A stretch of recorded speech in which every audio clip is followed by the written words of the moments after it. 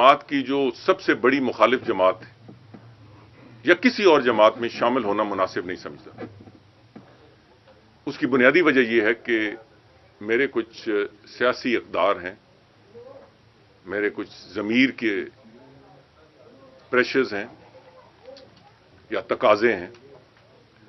तो मैंने सोचा कि मैं वहां ही खड़ा हूं जहां मैं ठीक लगता हूं। सो पिछले इलेक्शन में अल्लाह ताला के करम से 1,33,000 से ज्यादा मुझे 2 हलकों में कौमी असेंबली में वोट पड़े। सूबाई असेंबली में 54,000 इसके अलावा हैं। मैं पहले भी कह चुका हूं और फिर कहना चाहता हूं कि लोगों ने इससे ज्यादा वोट डाले, उसे काउंटिंग में नहीं लाया गया। तो जब इतनी बड़ी तादाद में लोग आपके साथ हों और मैं अब बहुत सारा उस हलके में मुतरक हूं, यहां भी मुतरक होने लगा हूं, तो मेरा अवाम के साथ रिश्ता वो कायम दायम है और इंशाल्लाह उसमें तेजी आएगी। सियासी तौर पर किस जमात में शामिल होना है, ये मुनासिब वक्त पे फैसला होगा। क्या हाल है साहब, लाहौर में एक निजी टीवी चैनल से आपने गुफ्तगू में कहा था कि मुझे ये चीज़ें पता है कि क्या व्हाट इज़ द सीक्रेट के जो नवाज शरीफ साहब की रिलीज क्यों हैं, और क्या एक ये बताएंगे कि वो क्या हैं सीक्रेट्स की जो उनकी रिलीज बनी। और दूसरा ये है कि क्या आप समझते हैं कि जो इनकी रिलीज हुई है फॉर फ्यू वीक्स, ये किसी NRO या किसी डील का नतीजा है या क्या इसको आप किस तरह देखते हैं? नहीं, मैं इस तफसील में उस इंटरव्यू में भी नहीं पढ़ा। मैंने सिर्फ इतना कहा था कि मुझे बहुत सारी तफसील पता है और मुझे पता है, मगर उसकी तशहीर करनी फिलहाल मुनासिब नहीं है।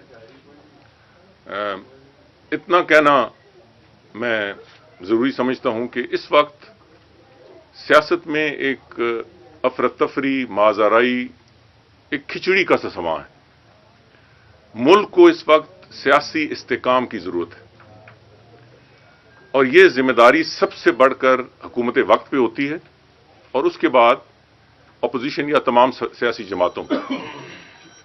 बदकिस्मती से जो इस वक्त मुल्क के मसाइल हैं उस पर तो तवज्जो है ही नहीं। पाकिस्तान इस वक्त एक बहुत ही गंभीर डेट क्राइसिस में जा चुका है, या डेट ट्रैप में कहूं। एक उसका डेट ट्रैप का उर्दू में पता नहीं, कर्जों का एक बहुत बड़ा क्राइसिस।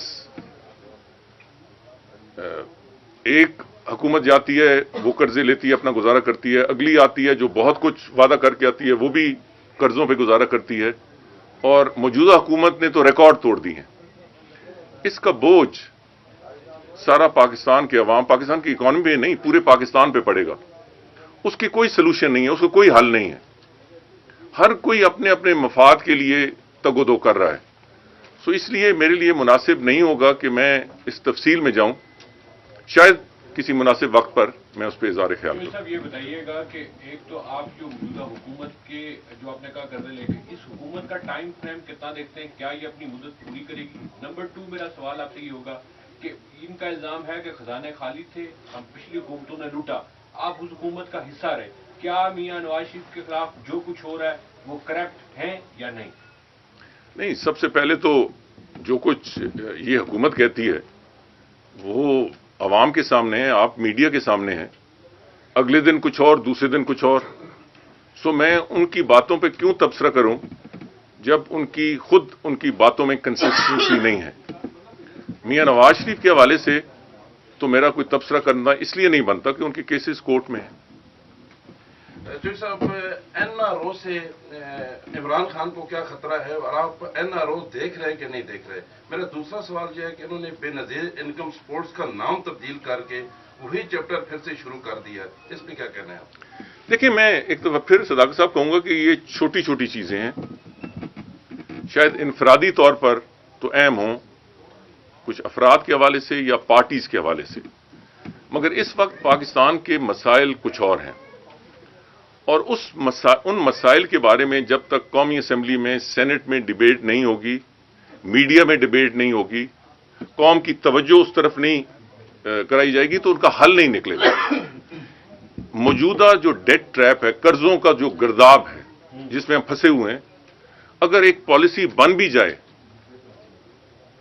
تو اس میں نکلنے کے لیے ہمیں کئی سال لگیں گے.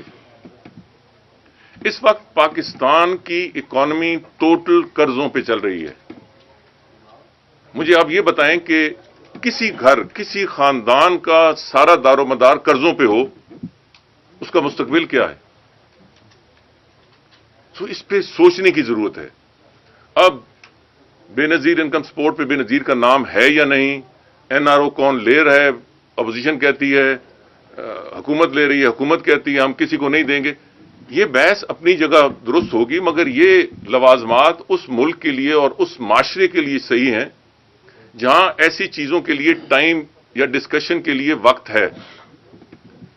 ہم ان جھمیلوں میں پڑے ہیں، اور جو پاکستان کے وسیع تر ایشوز ہیں، ہندوستان کے ساتھ مسئلہ ہے. مجھے آپ یقین کریں، جب میں مسلم لیگ نون حکومت میں بھی تھا تو میرا ایک مختلف موقف تھا. میرا میاں نواز شریف سے قطعی مختلف موقف تھا، اور اس کا اظہار میں نے کیبنٹ میٹنگز میں، انفرادی میٹنگز میں، پارٹی کی میٹنگز میں کیا. پی ٹی آئی کا موقف بھی تقریباً ہندوستان کے حوالے سے وہ تھا. آج مجھے پی ٹی آئی کا موقف ہندوستان کے حوالے سے نظر ہی نہیں آتا. آج تو مجھے عمران خان اور میاں نواز شریف کا انڈین کی جو انڈیا پالیسی ہے اس میں کوئی فرق محسوس نہیں ہوتا. تو کل کیوں آپ تنقید کر رہے تھے؟ اس پہ ڈبیٹ ہونی چاہیے. کیا مودی حکومت سے کوئی خیر کی توقع ہے؟ میں سمجھتا ہوں نہیں ہے. جو سمجھتے ہیں خیر کی توقع ہے وہ پالیسی سامنے لائیں. میڈیا پہ ڈبیٹ ہو، پارلیمنٹ میں ڈبیٹ ہو. کوئی نہیں چاہتا کہ جنگ ہو، میرے سمیت کوئی نہیں چاہتا جنگ ہو، مگر جب اگلی پارٹی آپ کو ہاتھ میں لانے کے لیے تیار نہ ہو تو روز بھیک مانگنا امن کے لیے، روز بھیک مانگنا مذاکرات، یہ کسی باغیرت قوم کے لیے مناسب نہیں ہے. سو ریلیشنز ود انڈیا، اس پہ ڈبیٹ ہونا چاہیے. ہماری اکانومی کو کس طرح سنبھالا دینا ہے اور اس ڈیٹ ٹریپ سے نکلنا ہے، اس پہ ڈبیٹ ہونا چاہیے. امریکہ اور بڑی طاقتوں کے ساتھ کیا تعلقات ہیں، اس پہ ڈبیٹ ہونی چاہیے. افغانستان بڑے کنٹینشس ایشوز آ رہے ہیں سامنے، اس پہ ڈبیٹ ہونی چاہیے. اور میں نے پیچھے بھی کسی جگہ پریس سے بات کرتے ہوئے کہا تھا کہ خدا کے لیے عمران خان صاحب کو کوئی سمجھائے کہ حکومتیں ٹویٹ کے ذریعے نہیں چلائی جاتی. اب اگر ان کا موقف تھا کہ صوبائی اسمبلی کے ممبران کی تنخواہیں نہیں بڑھنی چاہیے تو یہ وقت پہ اپنی پارٹی کو کہہ دیتے، اسپیکر کو کہہ دیتے کہ یہ ریزولوشن اسمبلی میں نہ لائیں. یہ تو کئی دنوں سے معاملہ چل رہا تھا نا. وہ ریزولوشن بھی آ گئی، متفقہ طور پہ منظور بھی ہو گئی، اور پھر عمران خان صاحب کی ٹویٹ آئی کہ یہ مناسب نہیں ہے. تو یہ مناسب وقت پہ فیصلہ کرنا ضروری ہے.